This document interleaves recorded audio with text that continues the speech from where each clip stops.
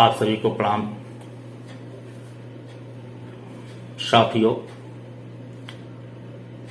आज हम चर्चा करेंगे श्रीमद् भागवत गीता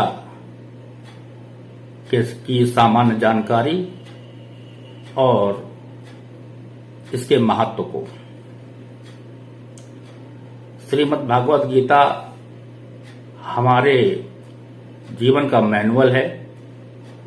महाभारत के भीष्म पर्व के 25वें से लेकर के 42वें अध्याय तक गीता का प्रसंग आया है।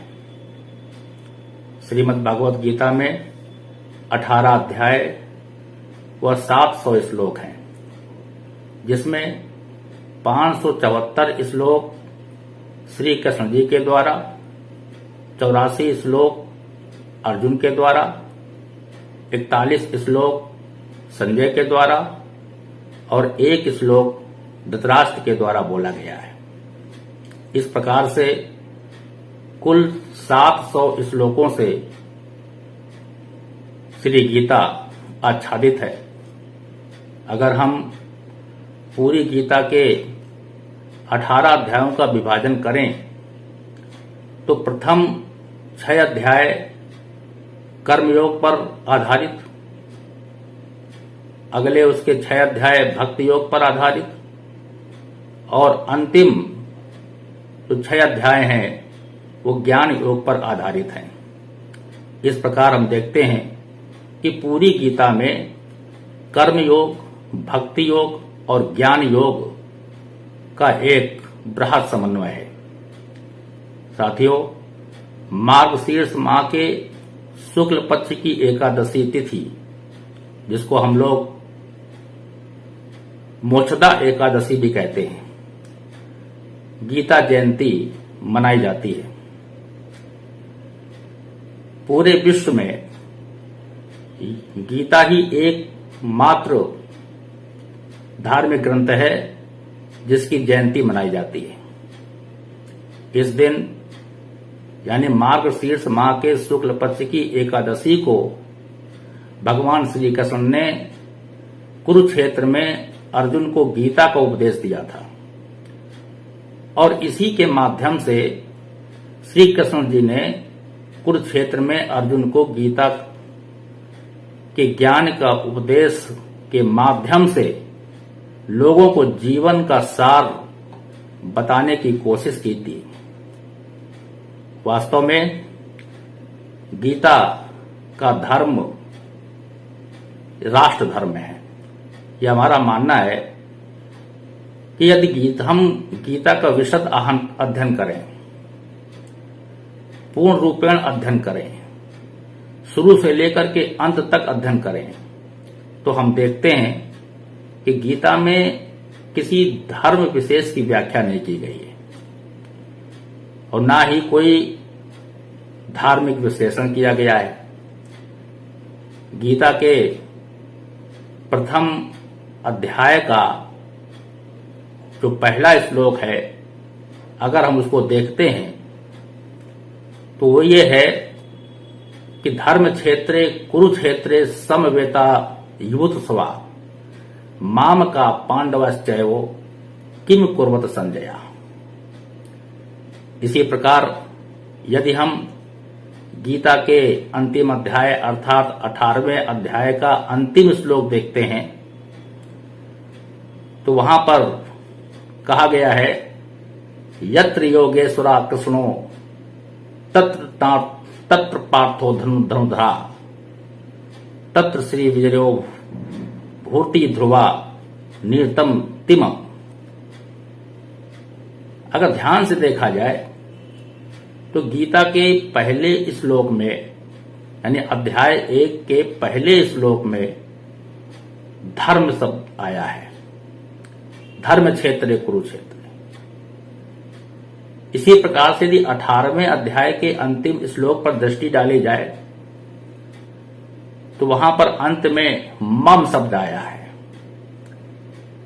अर्थात हम ये कह सकते हैं कि गीता का पहला शब्द धर्म और अंतिम शब्द मम है।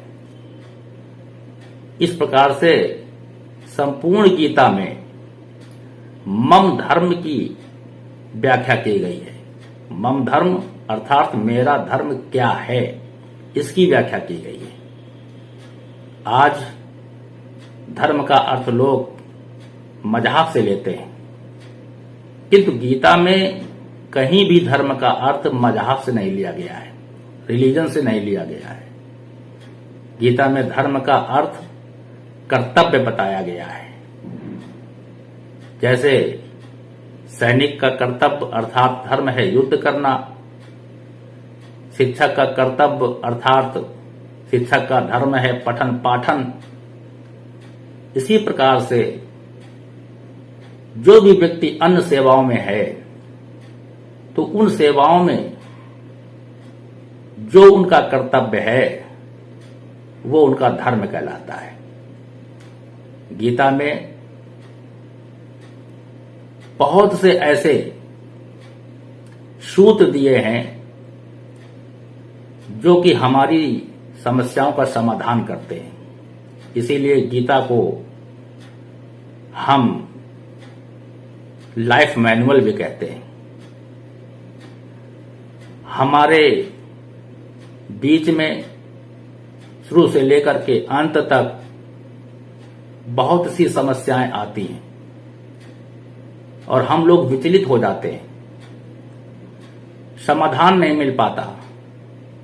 ऐसी स्थिति में यदि हम गीता के प्रत्येक श्लोक पर दृष्टि डालें तो गीता का प्रत्येक श्लोक कुछ न कुछ अर्थों के साथ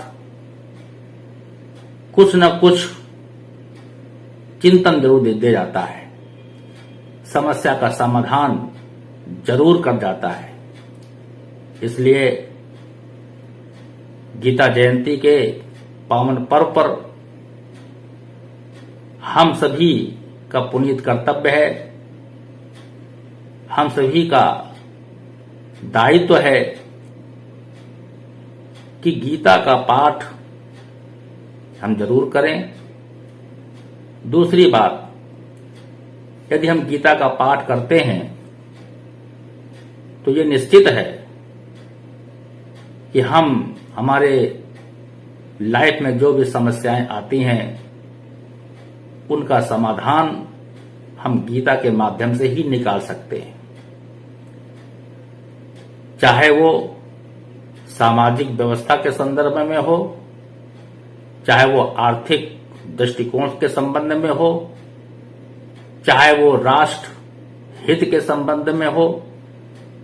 भक्त योगेश्वर श्री कृष्ण जी ने कोई भी क्षेत्र नहीं छोड़ा है जहां पर मानो कि यदि कोई समस्या आए तो उस समस्या का समाधान न मिले। इसलिए हम सभी का पुनीत कर्तव्य है कि गीता को हम स्वाध्याय में लाएं, गीता के मर्म को समझें। गीता भगवान श्री कृष्ण के मुख से निकली वाणी है। गीता वेदों का सार है। यदि हमने गीता पढ़ ली तो आप समझ लें कि हमने वेदों का सार तत्व जान लिया और हमें कुछ पढ़ने की आवश्यकता नहीं है। इसलिए हमारा सभी भाइयों से निवेदन है, आग्रह है कि गीता को आप अपनी दिनचर्या में स्वाध्याय के रूप में जरूर लाएं। आप इसका लाभ जरूर जानेंगे। हो सकता है कि पहली बार गीता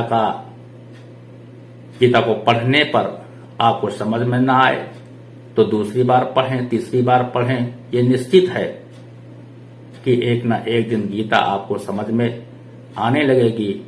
और मैं तो ये समझता हूं, मैं ये कहता हूं कि गीता के एक श्लोक का पाठ हम प्रतिदिन करें तो निश्चित तौर पर हम अपने जीवन को सुंदर बना सकते हैं, अपने लाइफ मैनेजमेंट को सूत्र को, श्रुतियों को, गीता के नियमों को, उपदेशों को अपने जीवन में हम धारण कर सकते हैं। जय श्री कृष्ण।